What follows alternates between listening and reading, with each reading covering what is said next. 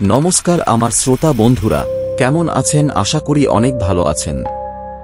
আজকের আবারও একটি হাট কাঁপানো ভূতের গল্প নিয়ে চলে এসেছি। গল্পের নাম ঝড় গায়ের রাত। গল্পমেন্ট ক্যারেক্টার আরিফ, পোস্টার ডিজাইন আমিন শেখ, ভয়েস এডিট আমিন শেখ। চলো বন্ধুরা, বেশি না বকে গল্পটা শুরু করি। অল্পটা শুরু করার আগে আপনাদের কাছে একটি ছোট্ট অনুরোধ, অল্পটা যদি ভালো লাগে তাহলে চ্যানেলটিকে সাবস্ক্রাইব করে একটি লাইক করে দেবেন। তো চলো বন্ধুরা, গল্পটা তাহলে শুরু করি। ঝড় গায়ের রাত বলতে ফেমে বাংলা। অধ্যায় 1, ঝড়ের আগমন। সেপ্টেম্বরের এক ভিজে সন্ধ্যা। আকাশের বুক জুড়ে ঘন কালো মেঘ জমে আছে। দূরে কোথাও বিদ্যুতের রেখা ঝলসে উঠছে।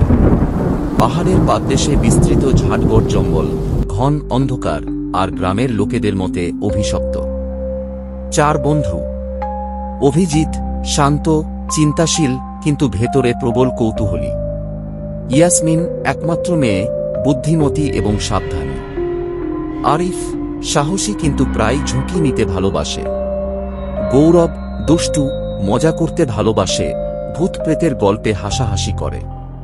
ওরা কলকাতা থেকে এসেছে এখানে ঘুরতে। পরিকল্পনা বনের গভীরে থাকা পুরনো শিকারী বাংলো দেখা। স্থানীয়রা বারবার নিষেধ করলেও গৌরব আর আরিফ জেদ ধরেছে। চায়ের দোকানে এক বৃদ্ধ বলেছিল, ঝড়ের রাতে ওই বাংলোতে যেও না বাবা, যেই ঢুকেছে সে আর ফেরেনি। বৃদ্ধের চোখে ভয়ের ছায়া ছিল, কিন্তু ওরা তখন হেসে উড়িয়ে দিয়েছিল। সন্ধ্যা গড়িয়ে এলো। বাতাসে কেমন যেন পচা পাতার গন্ধ আর শিরশিরে ঠান্ডা। দূরে বৃষ্টির প্রথম ফোঁটা পড়তে শুরু করল। গৌরব বলল, এই তো সময়, চল যাই বাংলো দেখতে। ইয়াসমিন মাথা নাড়ল, এখন এই আবহাওয়ায়?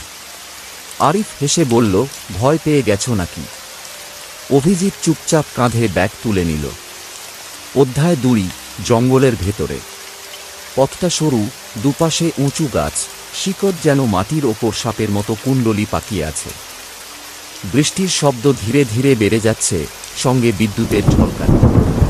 হঠাৎ যেন দূরে কেউ কাঠে ভারী কিছু ফেলছে। ওটা কি? ইয়াসমিন থেমে গেল। ডাল পড়ছে হয়তো, অভিজিৎ বলল, যদিও তার নিজের গলাতেও সন্দেহ। মাঝে মাঝে বাতাসে ভেসে আসছে অদ্ভুত ফিসফিসানি। শব্দগুলো স্পষ্ট নয়, কিন্তু মনে হচ্ছে কেউ অচেনা ভাষায় কিছু বলছে। বিদ্যুতের আলোয় হঠাৎ গাছের কাণ্ডে দেখা গেল অদ্ভুত আঁকিবুঁকি, বাঁকা অসম চিহ্ন, যা মানুষের তৈরি মনে হয় না। আরও কিছু দূরে গিয়ে ঝাপসা হয়ে দেখা দিল বাংলোর অবয়ব। দেয়াল ভাঙাচোরা, জানালার কাচ নেই, ছাদে শ্যাওলা, আর চারপাশে ঘন লতাপাতা। বিদ্যুতের এক ঝলকে মনে হল জানালার ভিতর থেকে কেউ তাকিয়ে আছে। অধ্যায় 3, দরজা যেটা নিজেই বন্ধ হয়ে গেল। ভারী কাঠের দরজা ঠেলে খুলতেই ক্যাঁচ ক্যাঁচ শব্দ উঠল। ভেতরে স্যাঁতস্যাঁতে গন্ধ, মেঝেতে ধুলো আর শুকনো পাতা। কিন্তু ধুলোর ওপর তাজা পায়ের ছাপ, লম্বা, সরু আর গভীর। এগুলো কার ছাপ? অভিজিৎ ধীরে বলল। গৌরব হেসে বলল, হয়তো আগের কোনো ভ্রমণকারী। ইয়াসমিনের কণ্ঠ কেঁপে উঠল, তাহলে ওরা এখন কোথায়?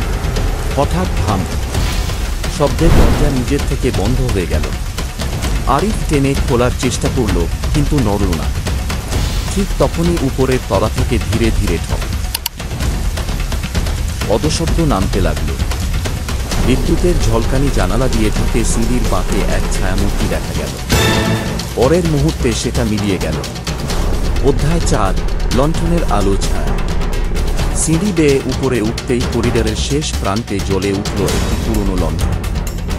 ঘরে ঢুকে দেখা গেল ভাঙা আসবাব, দেয়ালে শিকারির ট্রফি আর এক কোণে পুরনো ডায়েরি। পাতা খুলতেই লেখা, আজ রাতে আমি ওকে ধরব। ও মানুষ নয়, পশুও নয়। ও হাসে, বজ্রপাতের মধ্যেও হাসি শোনা যায়। শেষ পাতায় রক্তমাখা আঁচ। ঠিক তখন জানালার বাইরে দুটি লাল চোখ জ্বলে উঠল, তারপর মিলিয়ে গেল। ঘরের ভেতরে ঠান্ডা বাতাস বইতে লাগল, আর কানে ফিসফিস, চলে যাও। অধ্যায় 5 আক্রমণ। ছাদের দিক থেকে ভারী পদশব্দ নামতে লাগল। লণ্ঠনের শিখা নিভে গেল, ঘর কালো অন্ধকার। বিদ্যুতের আলোয় তারা দেখল সেই কঙ্কালসার ছেঁড়া কোট পরা ছায়া সিঁড়ির ধাপে দাঁড়িয়ে। মুখে কোনো মুখ নেই, শুধু কালো গহ্বর। 4 বন্ধু দৌড়ে নিচে নেমে এলো, কিন্তু সব দরজা জানালা নিজের থেকে বন্ধ। হঠাৎ ঘরের কোণে কালো ধোঁয়া জমে আকার নিল। চোখে আগুনের মতো লাল আলো, গলায় গর্জন। এখন তোমরা আমার আসবাবপত্র কাঁপতে লাগলো, চেয়ার উড়ে এলো। ইয়াসমিন চিৎকার করলো, উপরের ঘরের জানালা দিয়ে বেরোতে হবে। অধ্যায় 6 চূড়ান্ত রাত। সিঁড়ি বেয়ে দৌড়াতে দৌড়াতে তারা শুনতে পেল সেই সত্তার পদশব্দ ঠিক পিছনে। বিদ্যুতের এক প্রবল ঝলকে দেখা গেল, সেটা মাত্র কয়েক ধাপ পিছনে। তারা এক ঘরে ঢুকে ভাঙা জানালা দিয়ে বেরোনোর চেষ্টা করল, কিন্তু বাইরে ঝড় এত তীব্র যে ডালপালা ছিঁড়ে উড়ে আসছে। হঠাৎ আরিফকে কেউ পিছন থেকে টেনে ধরল, ঠান্ডা হাড়ের মতো শক্ত হাত।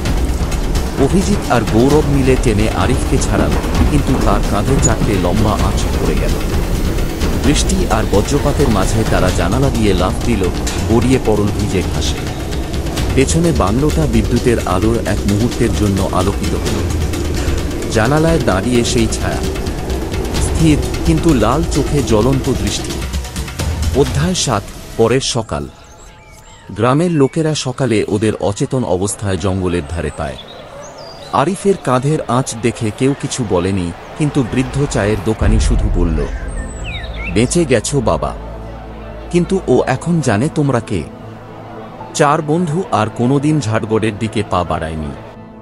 কিন্তু মাঝে মাঝে রাতের বৃষ্টিতে অভিজিৎ জানালার বাইরে তাকিয়ে মনে করে, 2টি লাল চোখ অন্ধকারে তাকিয়ে আছে তার দিকে।